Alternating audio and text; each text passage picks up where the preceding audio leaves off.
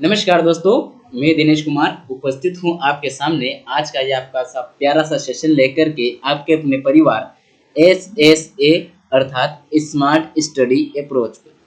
दोस्तों, आज हम टारगेट कर रहे हैं इस सेशन में जो टारगेट बेस चलाने जा रहे हैं सीरीज, वो सीरीज है ऑफिसर सीरीज, जो यूट्यूब की दुनिया में पहली बार ही होगी जिसमें RO और RO को पूरा टारगेट करके गारंटेड 60 में से 60 दिलाने की 100% गारंटी के साथ स्टार्ट कर रहा हूँ। तो दोस्तों, आपको कुछ नहीं करना है, बस डेली क्लास अटेंड करना है और जो आपको फैक्ट याद नहीं हो वो आपको नोट करते हुए चलना है। केवल आपको सेशन पूरा कर देखना है, इससे ज़्यादा और कुछ नहीं करना है। आपको पता चलेगा आपके एग्जाम में कि आप पूरे पूरे नंबर पाएंगे। 60 में से 60 की दावेदारी के साथ कर रहा हूँ, लिख करके दे रहा हूँ। पूरे पूरे क्वेश्चन, एक भी ऐसा प्रश्न नहीं होगा जो आपकी सेशन से बाहर से जाएगा, पूरा यहीं से आएगा। तो आज ये पूरा इंट्रोडक्शन आपको बताना था, कैसा क्या रहने वाला है सेशन, वो सब कुछ आपको बता दिया हूँ। अब आपके सामने आ रहा पहला प्रश्न। आप बताइएगा, जिस तरीके से मैं इस क्लास में आपको दे रहा हूँ केवल प्रश्नों के रूप में, प्रश्नोत्तरी के रूप में ऐसे रखना है या कुछ थ्योरी को पहले बताना है, जैसा आपको लगे उचित कि सर इसमें भी हमारी कमजोरियां हैं वो भी बताइएगा। उस तरीके से भी आपको करवाने का जिम्मेदारी हम लेते हैं और इस जिम्मेदारी के साथ आपके साथ लेके आ रहा हूँ मैं। तो आपको कुछ नहीं करना है, क्लास डेली अटेंड करना है, डेली इसको ज्वाइन करना है। तो दोस्त चलिए करते हैं शुरुआत। दोस्तों, पहला प्रश्न आपके स्लाइड पर आ गया है, आप सभी को इसका जवाब देना है और उसके बाद मैं भी आपको दूंगा। 10 प्रश्न विलोम के हैं क्योंकि 6 यूनिट आपके इसमें हैं और हर यूनिट से 10-10 प्रश्न आने हैं, तो मैं भी उसी अंदाज में आपसे करवा रहा हूँ।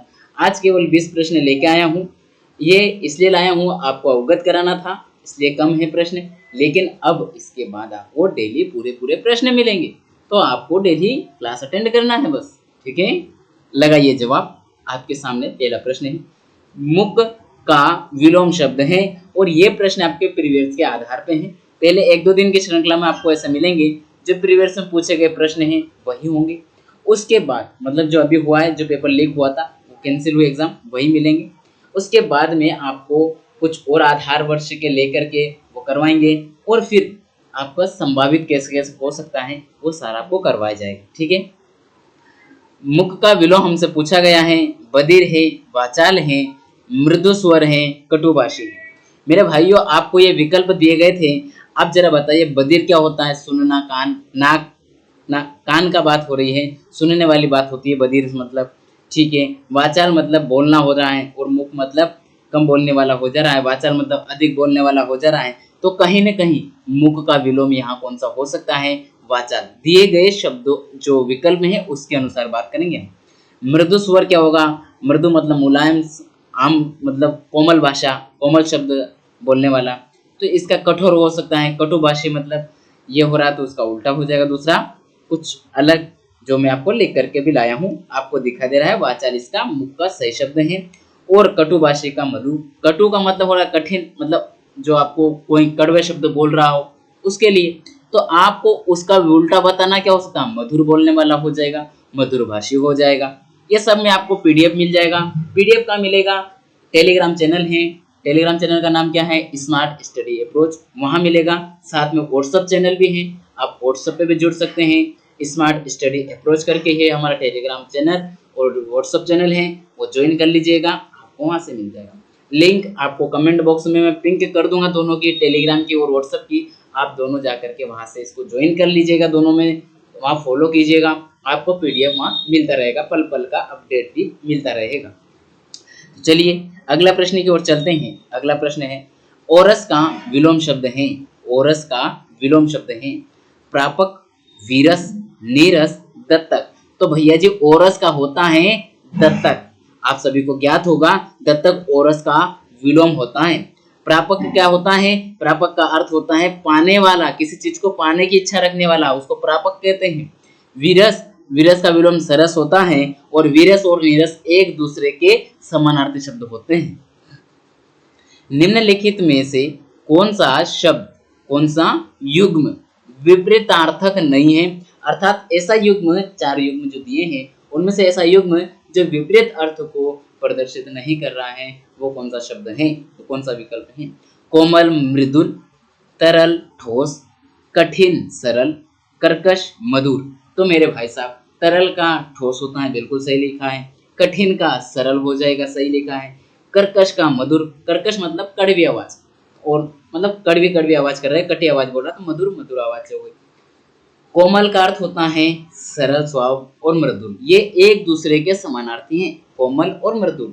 तो यहाँ हमसे विलोम पूछा है, और विलोम ये दोनों नहीं है, तो यहाँ विलोम नहीं वाला कौन सा है? ए नंबर का जो विकल्प है वो बिल्कुल सही हो जाएगा।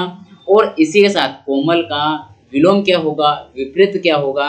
तो कोमल का कठोर होगा। क्या होगा? कठोर होगा। ये सभी मैं आपके सामने लिख करके लाया हूँ, और आपके सामने एक एक चीज आपको पीडीएफ के रूप में मिलती हुई चलेगी। मृषण का विलोम शब्द है। मृषण का विलोम पूछा हमसे, क्या होगा? रूपाक्ष होगा, रुक्ष होगा, या मलिन होगा, या स्निग्ध होगा। तो मेरे भाई साहब यहाँ रुक्ष जो है वह कहीं न कहीं इसका मृषण का विलोम होगा, इसका विलोम होगा। मलिन का निर्मल है, स्निग्ध का अनस्निग्ध है। उसमें अ लगा दीजिए, स्निग्ध में अ उपसर्ग लगा करके आप इसका विलोम बना सकते हैं। किसी दिन मैं आपको एक थ्योरी क्लास भी लूंगा, जैसे संडे वगैरह, इस संडे को तो नहीं, अगले संडे को, जिसमें मैं आपको बताऊंगा कि विलोम कैसे बनते हैं, किस किस शब्द से, किस किस तरीके से, किस किस प्रकृति से बनते हैं। वो सारा मैं आपको एक दिन स्पेशल क्लास लेकर के बता दूंगा। मृषण का अर्थ होता है चिकना या मुलायम। ठीक है, चिकना या मुलायम। समास शब्द का विलोम है, समास का विलोम। अच्छा, समास का अर्थ क्या होता है? पास पास लाना, कम शब्दों में बहुत सारी बात कहना। तो उसका उल्टा क्या हो जाएगा? ज्यादा। व्यास मतलब फैला करके बात करना। संधि का मतलब होता है पास पास लाना। भेदक नहीं होगा, विभाजन नहीं होगा, विभाजन तो टुकड़ा कर देना, इसका संग होता है विलोम। तो यहाँ केवल समास का विलोम एक ही दिखाई दे रहा है, वह है व्यास। समास का विलोम होता है व्यास। ठीक है, संधि का हो जाएगा विग्रह हो जाएगा, भेदक का होगा अभेदक, और संग विभाजन का हो जाएगा संग। विभाजन का हो जाएगा संग, या संगठित भी हो सकता है, संगठन भी हो सकता है, वो डिपेंड करेगा विकल्प के अनुसार भी। उच्छिष्ट का उपयुक्त उपयुक्त विपरीतार्थक शब्द है, मतलब ये विकल्प दिए उसमें से उच्छिष्ट का विपरीत अर्थ वाला कौन सा है? तो अखाद्य। नहीं जनाब, अखाद्य और खाद्य। खाद्य मतलब खाने योग्य, अखाद्य मतलब जो खाने योग्य अनाज नहीं है वह अखाद्य हो जाएगा। अनुचिष्ट, अनुउच्छिष्ट, अनुउच्छिष्ट, यह उच्छिष्ट का विलोम होता प्रतीत हो रहा है। अभक्ष नहीं होता है, अभुक्त भी नहीं होता है, अनुच्छिष्ट ही उच्छिष्ट का विलोम है, जो कि राइट आंसर भी आपके सामने आ चुका है। अखाद्य का खाद्य मैंने बताया। अच्छा, अभुक्त का अर्थ क्या है आपको ये ज्ञात होना चाहिए। तो अभुक्त का अर्थ होता है न खाया हुआ या न भोगा हुआ। दो अर्थ होता है, या तो न भोगा हुई बात को भी अभुक्त कहते हैं, और अभुक्त को ही न खाया हुआ भी कहा जाता है। उच्छिष्ट का अर्थ क्या है? खाने से बचा हुआ, अर्थात ऐसा जो कोई भी वस्तु हमने खाने पीने की चीज होती है उसको खा रहे हैं और कुछ बच जाती है तो हम वेस्ट करें उसको फेंक देते हैं, वही हो रही जो खाने से बचा हुआ है उसे उच्छिष्ट कहा जाता है। जंगम शब्द का सटीक विलोम। सबसे पहले हमें इसका विलोम से पहले ये पता होना चाहिए कि जंगम का मतलब क्या होता है। तो भाइयों मेरे, जंगम का अर्थ होता है कोई एक स्थान से दूसरे स्थान पर जाने योग्य हो, जाने घूमने फिरने, ऐसा कुछ अर्थ लिया है, मतलब घूमने में योग्य होता है। तो यहाँ पर स्थावर होगा क्या? जी हाँ, स्थावर मतलब एक जगह स्थिर होना। भयावह नहीं होता है, भयावह नहीं होगा, स्थिर भी नहीं होगा, स्थूल भी नहीं होगा। भयावह का विलोम क्या होगा? मतलब भयहीन, मतलब भयावह मतलब भय हो रहा है, तो इसका विलोम हो जाएगा जहाँ भय ना हो। स्थिर का अस्थिर हो जाएगा, स्थूल का सूक्ष्म हो जाएगा, ये इसके विलोम होगा। इस प्रश्न का 7वें नंबर के प्रश्न का आंसर होगा स्थावर, और जो अन्य 3 विकल्प हैं उनकी व्याख्या है। भयावह का भयहीन होगा, स्थिर का अस्थिर होगा, स्थूल का सूक्ष्म होगा। ठीक है भाई, चलिए 8वां प्रश्न आते हैं। प्रत्यक्ष का सटीक विलोम शब्द है। प्रत्यक्ष का सम्मुख है, नहीं भैया। प्रोक्ष है, जनाब दिख रहा है। प्रतिमुख है, नहीं। मुखामुखम, मुखा अमुखम, नहीं भैया ऐसा कुछ नहीं है। परोक्ष होता है या अप्रत्यक्ष भी अगर ऑप्शन में हो सकता तो वो फिर हम वहां जाते, लेकिन परोक्ष ऑप्शन में है तो यहाँ आठवें का बी ऑप्शन राइट होगा, बी ऑप्शन राइट होगा परोक्ष। ठीक है मेरे भाइयों, चलिए सम्मुख का विमुख होता है। अच्छा यहाँ अवसाद आया 9th नंबर के प्रश्न में। अवसाद शब्द का विलोम है अवसाद। उदास है, उल्लास है, अनादर है, अनुल्लास है, अनु उल्लास है, तो कौन सा होगा अवसाद का विलोम? तो अवसाद का विलोम होगा मेरे भाइयों, यहाँ पर होना चाहिए प्रसन्नता। अवसाद का विलोम क्या होता है? प्रसन्नता होता है, लेकिन यहाँ प्रसन्नता तो हमारे पास ऑप्शन में है नहीं, तो कौन सा लगाएं? तो फिर उसका अर्थ समानार्थी अर्थ, प्रसन्नता का समानार्थी अर्थ और कौन सा हो सकता है? उदास है, उल्लास है, अनादर है या अनुल्लास है। तो मेरा भाइयों प्रसन्नता मतलब खुश होना, उल्लास होना, उत्साह होना, ये सारे किसके समानार्थी हैं? उल्लास के हैं। तो उल्लास प्रसन्नता का समानार्थी है, इसलिए इसमें दिए गए ऑप्शन के अनुसार अवसाद का विलोम होना चाहिए उल्लास। क्या होना चाहिए? उल्लास। रियलिटी में जो होता है वो प्रसन्नता होता है। ठीक है, ये उदास का खुशी या प्रफुल्लित ये विलोम होते हैं। अनादर का आदर हो जाएगा, अनुल्लास का उल्लास यहाँ पर होगा, लेकिन ये प्रत्यक्ष नहीं है, अप्रत्यक्ष रूप से है। विषाद का विलोम होता है उल्लास, सही से अगर देखा जाए तो। ठीक है, लेकिन कहीं कहीं जब विकल्प में ऐसी चीज नहीं मिलती है तो उसका फिर हमें एज्यूम करना पड़ता है, अप्रत्यक्ष रूप से जाकर उसको पकड़ना पड़ता है। जैसे मैंने यहाँ लिखा है कि अवसाद शब्द का विलोम प्रसन्नता होता है, जो कि मैं आपको पहले ही बता चुका हूँ, और ये आपको लिख करके देने के लिए मैं आपको एक पीडीएफ भी दे दूंगा। उल्लास का अर्थ होता है आनंद, प्रसन्नता, उत्साह आदि, ऐसे इसके क्या होता है? समानार्थी होते हैं। आवर्तक का विपरीतार्थक शब्द है। 10वें नंबर का प्रश्न है और विलोम के आज 10 प्रश्न पूरे होने वाले हैं, अंतिम 10वें में है। उसके बाद आगे भी 10 प्रश्न और रखे मैंने आपके लिए, वो दूसरे टॉपिक के हैं। आवर्तक के प्रवर्तक है क्या? नहीं जना। अनावर्तक लगता है अनावर्तक ही होगा क्योंकि अन उपसर्ग लगा। आवृत्ति नहीं होगा, आवृत्त नहीं होगा। प्रवर्क्षक, प्रकर्षक, प्रकर्षक भी नहीं होगा। तो बचा कौन सा आपका? बी ऑप्शन अनावर्तक, यही इसका विलोम होगा। आवृत्त का अनावृत होता है और प्रकर्षक का विकर्षक होता है। ठीक है भाइयों, अब आया है आपका अगला टॉपिक, अनेक शब्दों के लिए एक शब्द। युद्ध लड़ने की उत्सुकता के भाव को अभिव्यक्त करने के लिए प्रयुक्त होने वाला एक शब्द को होता है, कौन सा होता है? उत्कंठी होता है, युद्धोन्मुख होता है, युयुत्सा होता है या जिज्ञासु होता है। तो मेरे भाइयों यहाँ युद्ध उन्मुख और युयुत्सा दिया है, ये दोनों एक दूसरे कहीं नहीं, वैसे है नहीं, लेकिन अप्रत्यक्ष रूप से समानार्थी रूप से दिखाई देते हैं। तो यहाँ पर इनमें से आप फंसेंगे, लेकिन इसका युद्ध लड़ने की उत्सुकता युयुत्सा होता है। क्या होता है? युयुत्सा, option number C right answer होगा। और जिज्ञासु मतलब जिज्ञासा करने वाला, जिज्ञासा करने वाला। बाएं हाथ से तीर चलाने वाला के लिए प्रयुक्त होने वाला एक शब्द होता है। मेरे भाइयों आपसे यहाँ बाएं हाथ से तीर चलाने वाला आ जाए या दोनों हाथों से बराबर तीर चलाने वाला हो, उसे कहते हैं सव्यसाची। आप सभी को कमेंट बॉक्स में एक जवाब देना है कि सव्यसाची किसे कहते हैं, मतलब सव्यसाची जो है वो किस व्यक्ति को कहते हैं? कृष्ण को, अर्जुन को, कर्ण को, ये से जो मैं बोल रहा हूँ, राम जी को, ये सारे जो मैं आपको बता रहा हूँ ऐसे किसको कहा जाता है?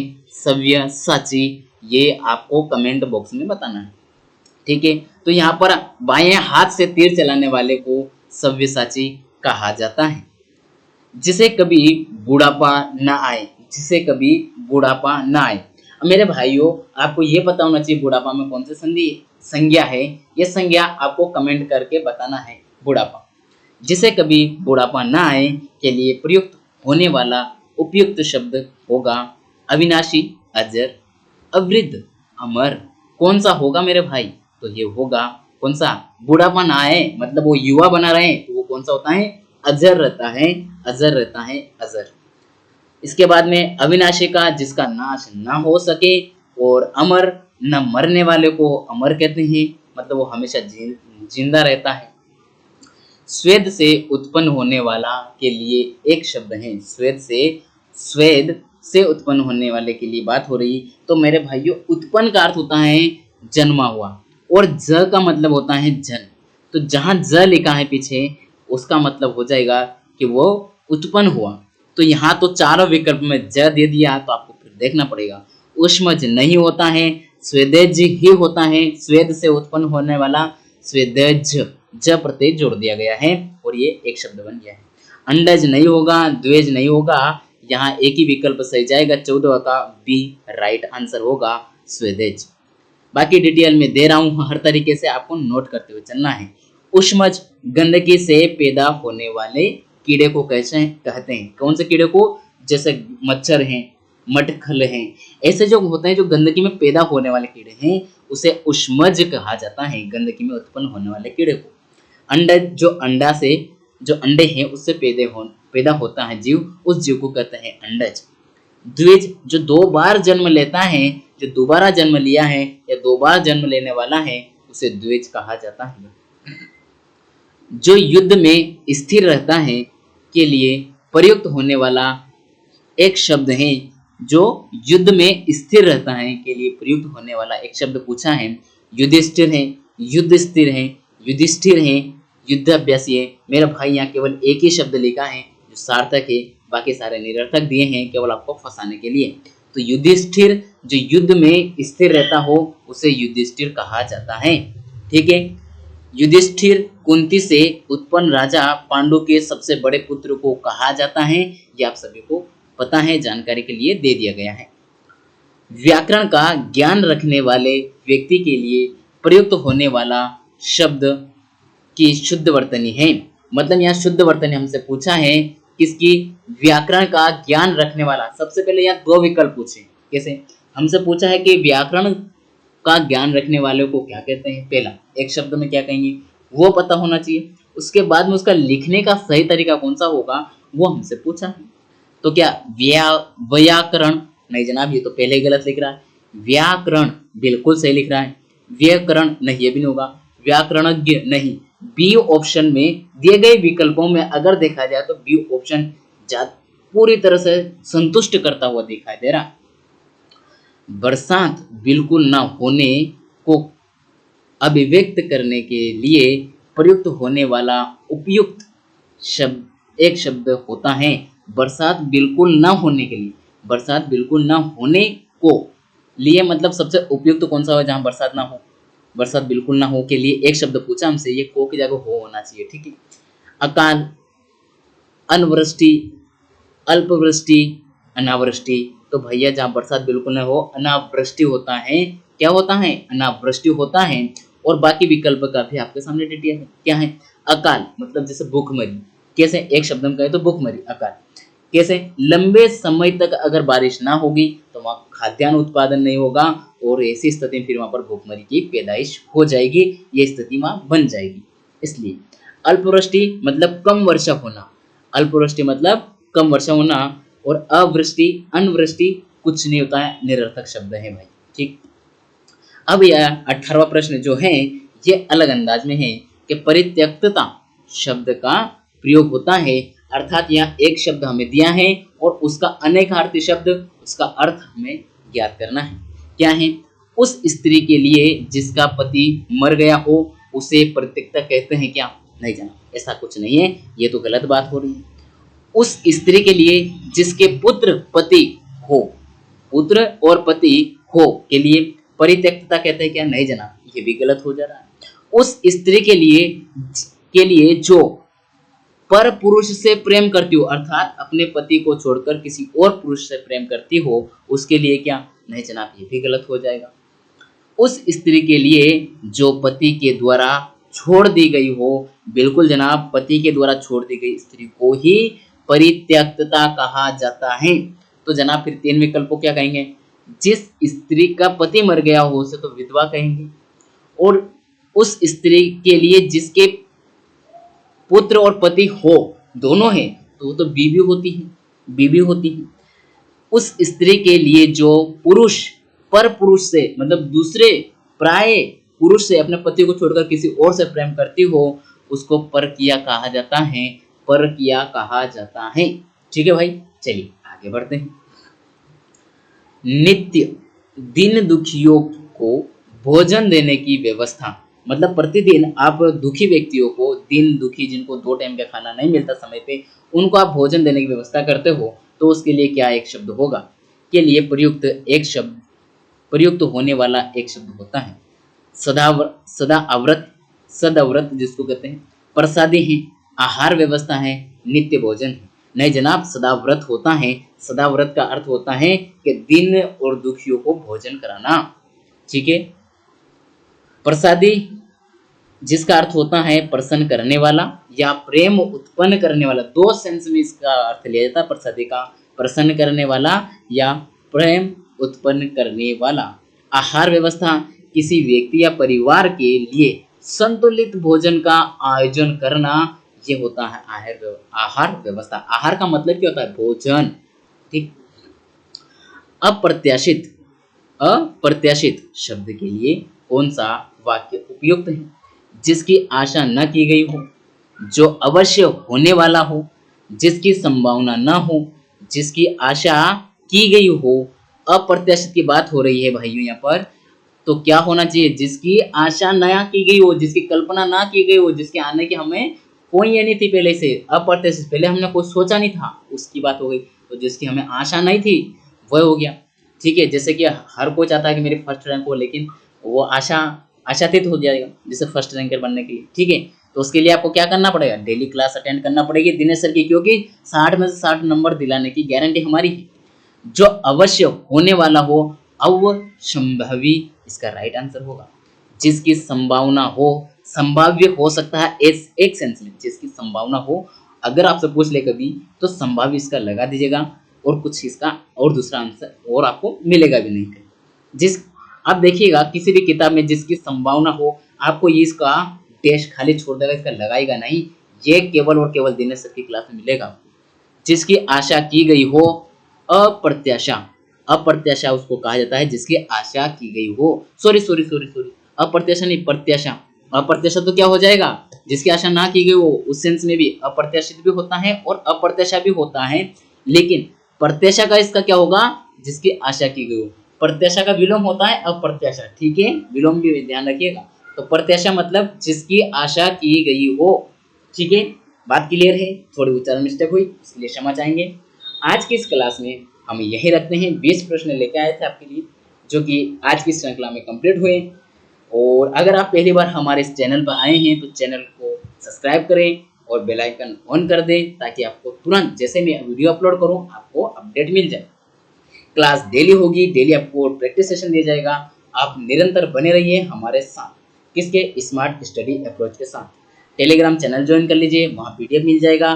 साथ में हमारा जो व्हाट्सअप चैनल है उसको फॉलो करना स्टार्ट कीजिए, वहाँ पर भी पीडीएफ मिल जाएगा और आपको करंट अपडेट भी वहाँ मिलता रहेगा।